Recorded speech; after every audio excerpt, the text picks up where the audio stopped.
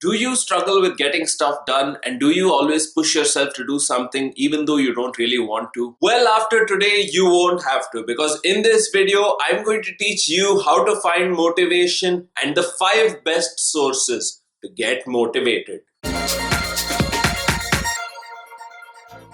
What's happening, self-helpers, and welcome to Self-Help Yourself, the #1 self-help channel dedicated to becoming the best version of yourself.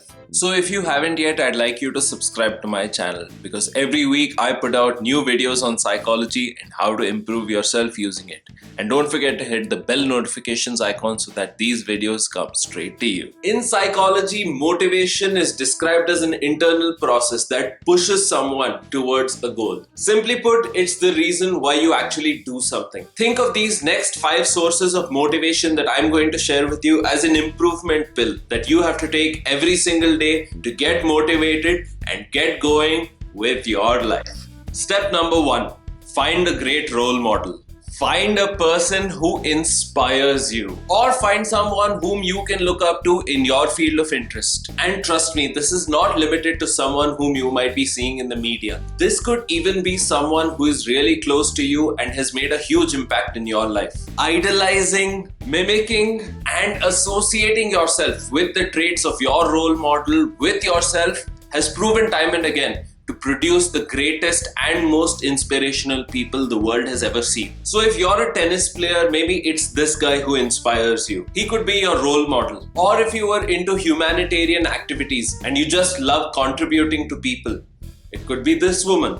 It could even be your parents and relatives. Scientific evidence has shown that modeling yourself off of someone great can put you in a very good position to set high standards for yourself, set good goals, and continually motivate you to become like and better than the person whom you get inspired by in your field. Step number 2, understand extrinsic and intrinsic motivation. Doing something to obtain a reward or prize is extrinsic motivation, while doing something for the enjoyment of it is intrinsic motivation. You can use these factors to increase your intrinsic motivation. Challenge, curiosity, sense of control, fantasy, competition, cooperation, and recognition.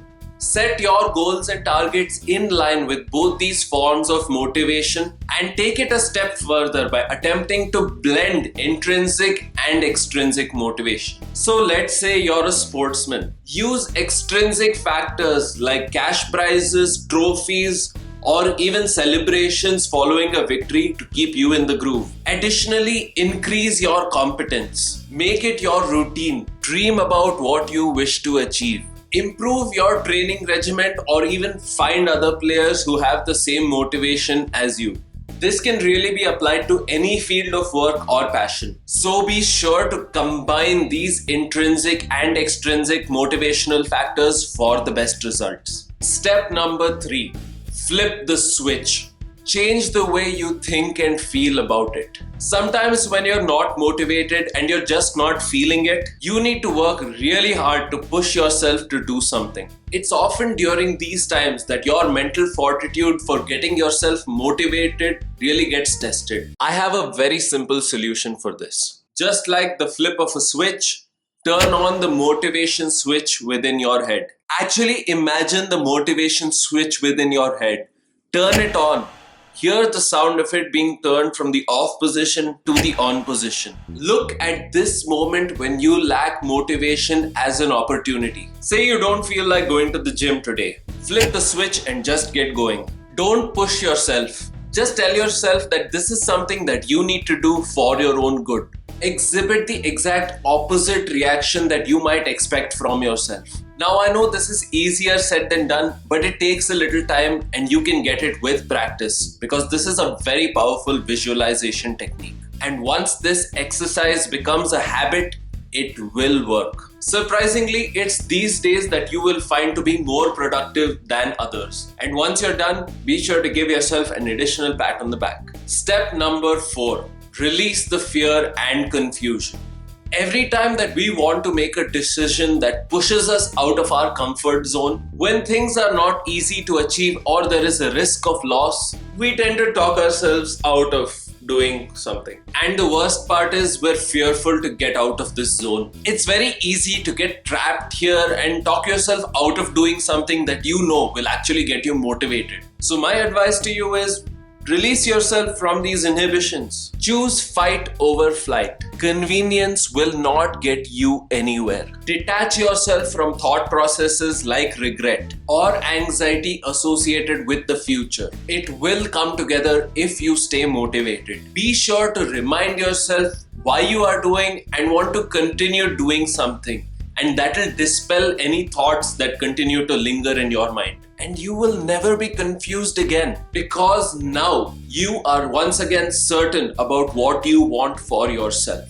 Step number 5, the number one reason. This is a big one, and I spoke about a similar concept in another video on how to choose an unusual career path. Check that video out. I'm sure you'll find it useful and it'll open your eyes with regard to what you want to do with your life. This concept of the number one reason really ties in with the previous point that I was trying to get across to you, and that is finding that sole reason, that number one reason why you want to do something. People like Edison, Tesla, and many others had this vision of changing the world and making lives of people better. It is all about finding deep meaning in what you do. And really, it's all about gaining self-satisfaction and self-fulfillment.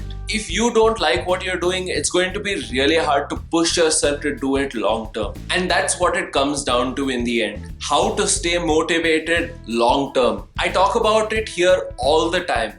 It's not going to make sense if it doesn't work long term. Guys, there will be good days and there will be bad days. There will be days that you feel it and there will be days that you don't. But finding the number one reason that you derive meaning from to do something and combining it with extrinsic and intrinsic motivation will allow you to continue doing what you love and keep you motivated on most days, and ideally for a very, very long time to come. So guys, if you're feeling really motivated and pumped up after this video, be sure to give it a big thumbs up and leave me a comment down in the section below about what you want me to talk about next. I really want to push out more of these videos to help you improve yourself and your life.